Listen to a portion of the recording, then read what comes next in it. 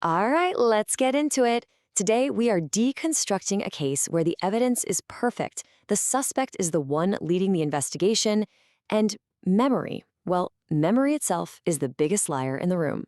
This is the incredible story of the architect of memory. So it kicks off with a scene straight out of a classic noir film. You've got a body, but the crime scene is dead silent. There's absolutely nobody who saw a thing. And then you've got this mountain of evidence, all of it pointing to one person. The only problem? He swears he didn't do it, even as the facts are screaming that he did. And this, right here, is where it gets truly wild. The man in charge, ACP Arjun Malik, starts pulling on the threads of this case only to realize that every single one leads right back to him. So, let's start at the very beginning. Every great mystery starts with the crime scene, right? And this one is a real head-scratcher, a perfect locked room puzzle. Okay, so here are the facts. The victim's name is Vikram Sen. He's found strangled inside an old abandoned apartment. But here's the thing, the door was bolted and chained from the inside. The windows were sealed tight, there's no forced entry, no way in, and absolutely no way out. It's the one question on everyone's mind. It just doesn't make any sense. If nobody could get into that room, how did the murder happen? Well, the answer comes from a place no one saw coming. Arjun turns to his partner, Inspector Riya Sharma, and asks whose fingerprints they found. And her answer is just one single devastating word: yours. The only prints at the scene belong to the detective in charge. And just like that, with that one word, the entire investigation is turned on its head. The guy who's supposed to be solving the crime is now the number one and only suspect. So now you've got this impossible situation. Arjun's memory, what he believes happened, is that he was home all night. But the evidence? It tells a completely different and much darker story. CCTV footage catches him leaving his house right around the time of the murder, and forensics confirms it.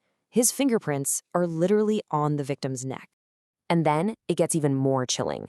They pull a voice note off the victim's phone, recorded just moments before he died. In it, he's describing his killer, someone who claims to be a savior, but who enjoys his terror. Arjun listens to this recording, and you can just imagine the blood draining from his face. That calm, menacing voice on the tape, he recognizes it. It's his own. I mean, how is that even possible?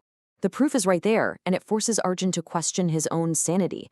A forensic psychologist, Dr. Roy, starts digging and asks him a really simple question. Do you have blackouts? And his answer? Sometimes? Well, it opens up a whole new, terrifying can of worms. Because it turns out, when they look at his timeline for that night, there's a gap. A big one. 6 full hours are just gone. A complete blank. And it just so happens to be the exact window of time when the murder took place. So to figure out what's really going on with Arjun, we actually have to go back in time, back to an old case that ties him directly to this new victim. 5 years ago, Arjun was the lead on a massive warehouse fire investigation.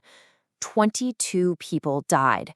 He closed that case in a single day, ruling it an accident. And you know who the star witness was? The one whose testimony sealed the deal? Vikram Sen.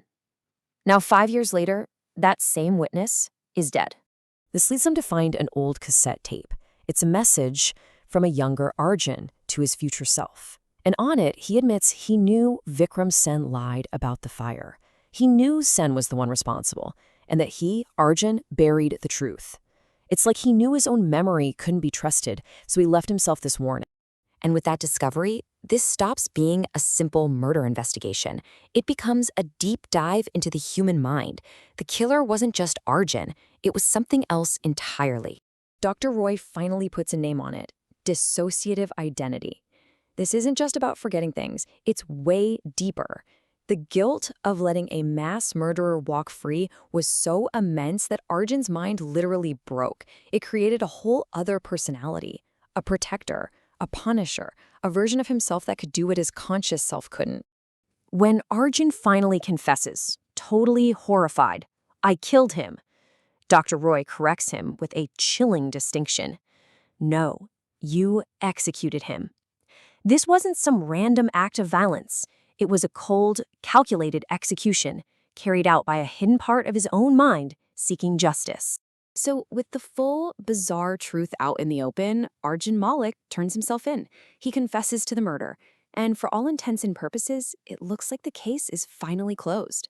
But wait, there's one last twist, one final piece of evidence, a recording of a phone call.